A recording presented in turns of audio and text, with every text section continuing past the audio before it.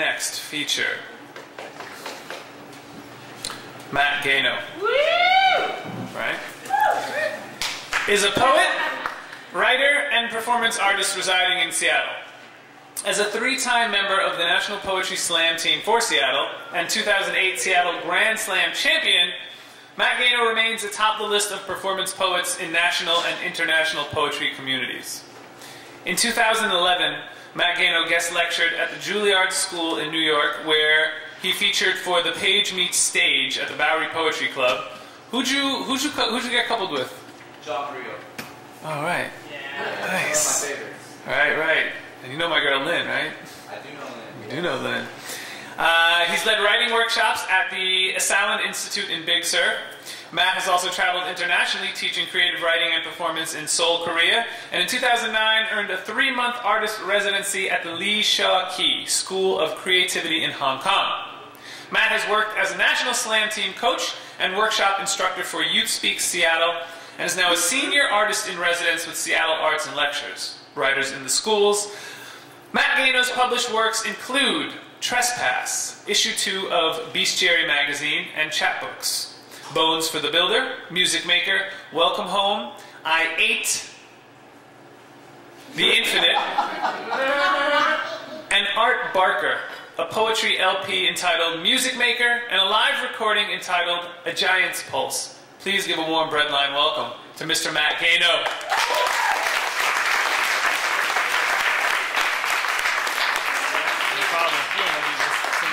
I don't even need this. You don't even need this? I don't get the full bio very often. That was nice.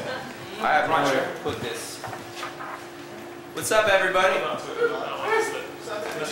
can hold my wine? I'll give it to you when you need it. Man, these guys are very accommodating. We'll try to be. Alright, I'm going to put this here. I don't like having things in front of me. And I'm going to take my jacket off. Yeah. Are you guys okay? Everybody's good? I took a nap, so this is a good way to wake up from a nap. I have a couple new poems for you guys. The earth wants to keep its diamonds. She knows our minds are full of soot. She knows what we are looking for, and that we're searching the wrong places. Everything is pressed together tight. All the lights are on and blinding. We are deep in the mine, but nothing is ours. The streets are buckling because the earth is stuffed full. The diamonds in her eyes are not for plucking. There are legions of assholes who want to pluck out the earth's eyes. I am still a young boy, and you are all who you once were. We are all here together wherever that will be. I am not an imposter. I have work to do, and so do you. The earth still wants us. I want to finish more of what I've started. Be more garden-esque, like the rake in the tool shed. Less like the shed and more like the tools. I should actually stop being a tool. Who am I fooling? My stuff is easy to pull the wool over. My blankets are down and cozy, and I'm in there some days, up to my nose past noon, when rain does the streets like a cold disco. Cars hustle down Madison, construction harps on the morning hour. I sleep through it now. Not very sound, but I do it. Everything here is wild pony. Outstretched, empty-armed sky, thoroughbred plains seeking the edge. Everything here is running free. Nothing is in its place. Disjointed braids, it's all amazing. Nothing is insane. Everything here is wild pony. Hourglass sky filling with bone dust. A thorough breed. All the bases are covered. The acids are in their places. My spine works against the grain. It filters through the still. A silo fills with dust and bones. Horsepower throws the lever to my eyelids. I wake with diamonds in my eyes and forget to write down my dreams. I forget all the things that I've considered, and I know everything that is new, is really old, ancient even, retold with shiny skin, that the path to where I'm going leads to places I've already been, how amazing the scenery is. Everything looks better with love on it. The eyes of my lover are dark and soft. They remind me how vast and gentle the dark can be, that there is someone waiting for my arrival, who pulls me out of the mine, who readies me for the still. The clock in the photo booth never shows up in the still. Still it is there. Its hands are winding us down one flick at a time. In the frame, the shadow defines us grainy. We consume the grain. The earth wants to keep its diamonds, our minds, the love. The horses in our sleep gallop out from the mine. We are hard and covered in soot, but she wants us anyway.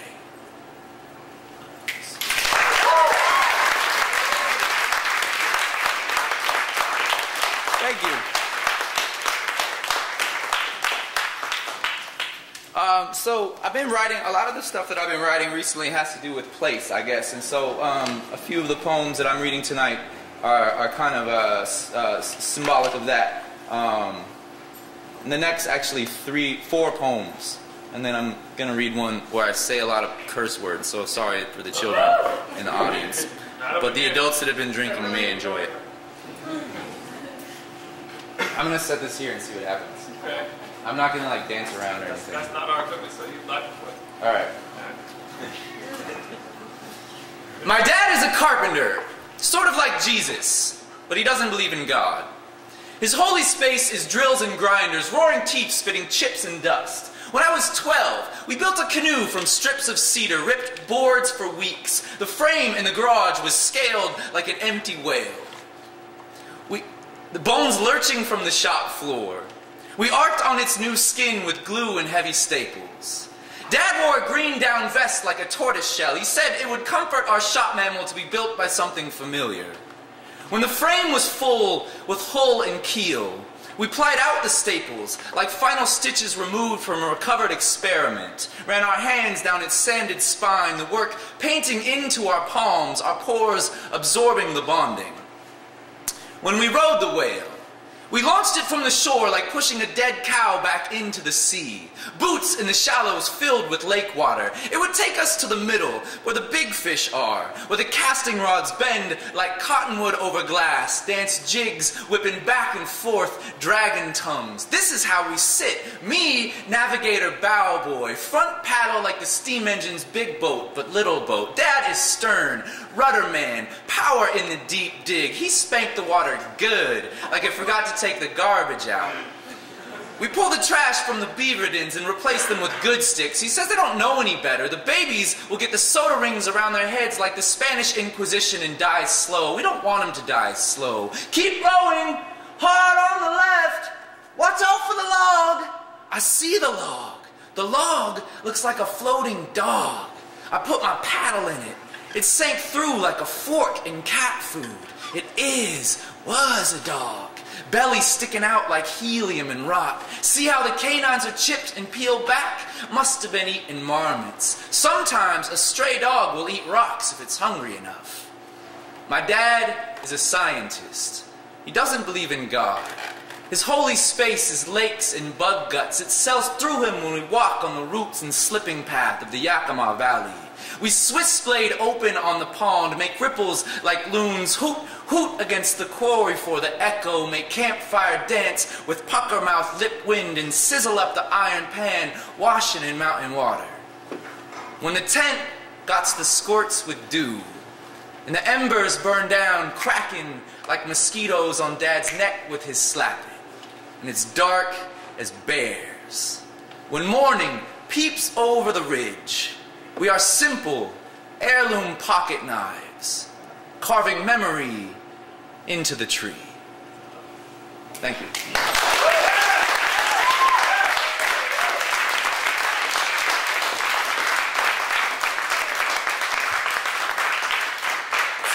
So I grew up in Eastern Washington. I grew up in Kennewick.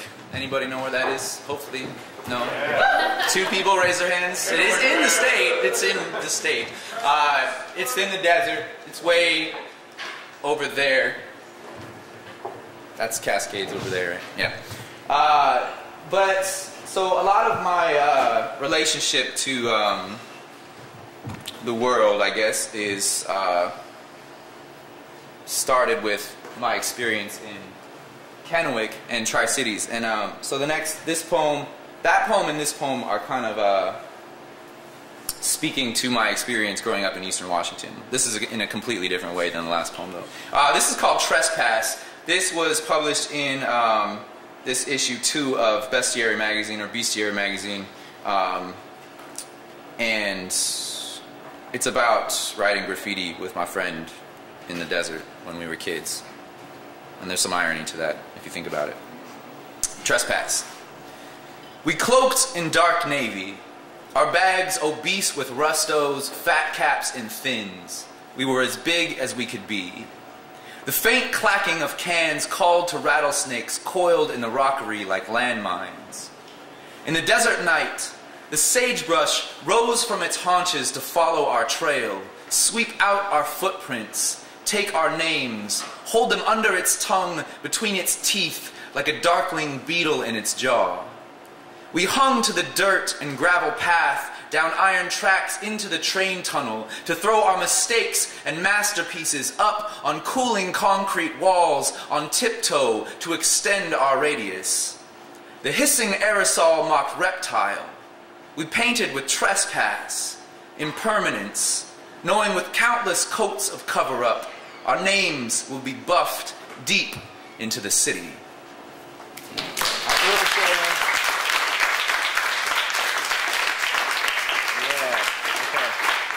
Got a couple more. How am I doing on time? I'm good? You're doing good on time. Oh, good. I'm not good with time. I'm not either. Yeah. Oh, there's 2 microphones on here. Every time I touch this, it's like fucking up the audio on the camera. You didn't tell me that, Alex. No, it's a surprise. Surprise to him. That guy. This is a sestina. It's called Kings. Down the spine of Canarsie line, with big city balance, a 2-man wrecking crew swings body control into top rock, dancing proper with style. Our subway car quakes, 10 square feet, aisle is the dance floor. They take form, popping between stops, hitting the brakes. L train lurching on the tracks, the conductor brakes for Bedford. All passengers with errands to balance on a Saturday, reluctantly aware of the show forming in front of them. Windmills in a storm control the attention of even the most jaded. The dancers' feet thunder the rubber floor, tiger style. My man pulls a series of backflips like a turnstile and kicks into his 6-step, steady rocking break beats on the blaster. We all clap in rhythm, our feet tucked beneath the benches, harmony balanced with the pop and lock of the MTA. It's controlled chaos as the congregation forms the cipher. A circle is the perfect formula, a divine code that lassos the body with style. The freshest kids move with lack of control only in appearance, footwork unbreakable, each step planted by giants balanced on the slack rope rails like circus freaks. On a warm New York weekend, 100 feet below the East River, westbound to Manhattan from Brooklyn, we witnessed the art of balancing raw charisma with bone dance gymnastics. Style like the dynamic rockers, early icons, real breakers take it to the streets, but only kings control the subway. Holding court without control of the crowd is no task for mere foot soldiers. It takes high command to break out the box and ruin someone's comfort zone. For what seemed like decades, time rewound wild style, back when doing it underground was crucial to keep balance. As the steel horse of control is unbridled by the ghost, and the style in our gait admits the potential of our feet, impulse forms the sacred when silence breaks. The dancers hang in balance.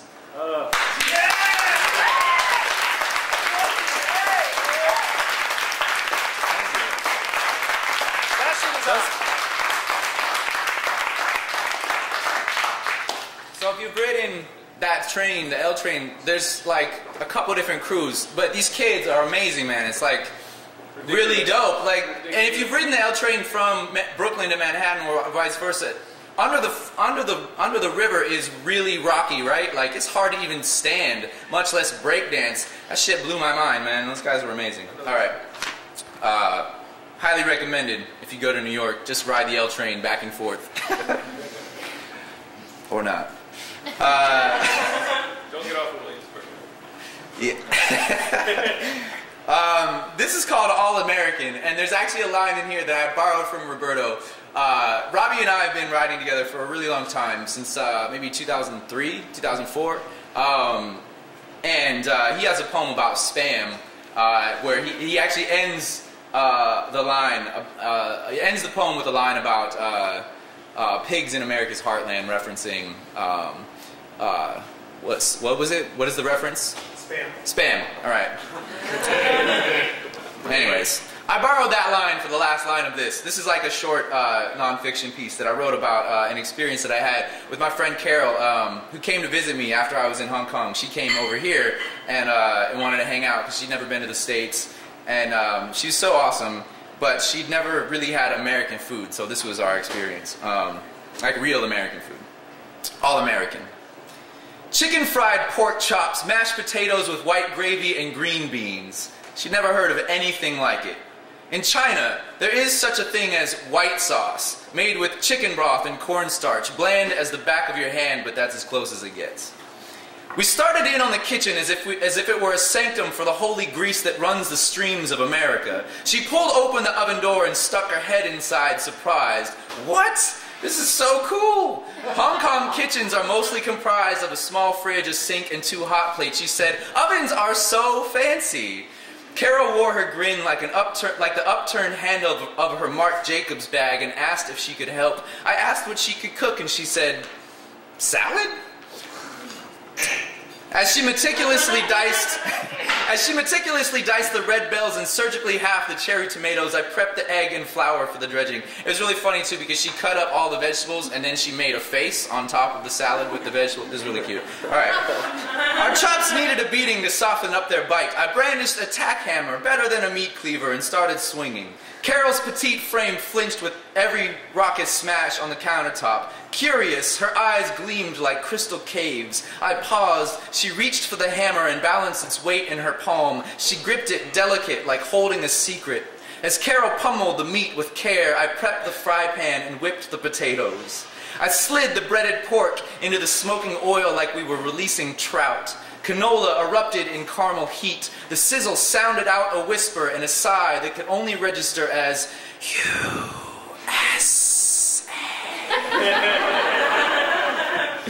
And in that fat relish night, we dined like pigs in America's heartland. Yeah. All right. I got one more poem, is that all right? I got one more poem. That light is so bright. But you can see my face all right. You can't see us. I'm trying. You guys look like alien visitors in a dream I had once. I went to the Battlestar Galactica exhibit today. It was pretty badass. Just saying, the EMP is $20 though. It's kind of overpriced if you ask me. They only had one floor of Battlestar Galactica stuff. They didn't even have a Cylon, y'all. No Cylons. Weak. All right. The only cure... Alright, I'm starting over. The only cure for writer's block is not giving a fuck about writing shit poems. Not giving a fuckness must be harnessed and written into the work. Picture me up there on its back waving pages of false starts and lame stanzas howling, I don't give a fuck, as my mantra. This is Reclamation stepping out of the dark with a head on a stick, face crumpled like the shittiest poem ever written. I step to the mangled metaphors, been ugly up my journal like, guess what, motherfuckers? You will be the crap. You will be the shit that my crap pooped out, because I don't care anymore. I'm tired of being scared of writing something that scares me, tired of the suck, of the cliche, wishy-wash, passe. They're all gonna laugh, they're all gonna laugh, and no one will laugh, no one will laugh. The stink is overwhelming. I need a backhoe and bulldozer to buck down these barriers. Mazes and black holes keep shifting me into shit mode. It's the fear of writing a bad poem that's the punishment. The debilitating whip I swing for my penance has me gripping the pen too tight. Not the words are intuitive and exist. And imagination is infinite and exists. So I say to you, inspiration eater, killer in me with your can't do it and give up. I will write shit and love it. I will hold it to my chest and stain my favorite shirt, smear it all over the page because I do not give a fuck. But when the shit turns, I'll let the fertile in it lead me astray. Let it walk me till the squawking in my knees calls harmony with larks on the lake. Walk me a mile out of my shoes just to leave it all behind. Behind the mirror is slate. I'm out on a dreamscape. Scrape my wings clean of rust. Beat the moths from my closet. Stick bones swinging skin back to body. Now I'm finding something to feel. Steal through the tunnel express backed up a heartbeat. Out of sync, sinkholes. Plot the course to the existence I've escaped. I take to connect that one dot. Lingering off page like a distant moon-gripped cave. Swallowing light like pride, a lunar lozenge on my tongue to rebalance my tides, sway all these ocean limbs back into solid frame, let my skeleton stalk the night and be what I write. Reclaimed. Thank you. Gano!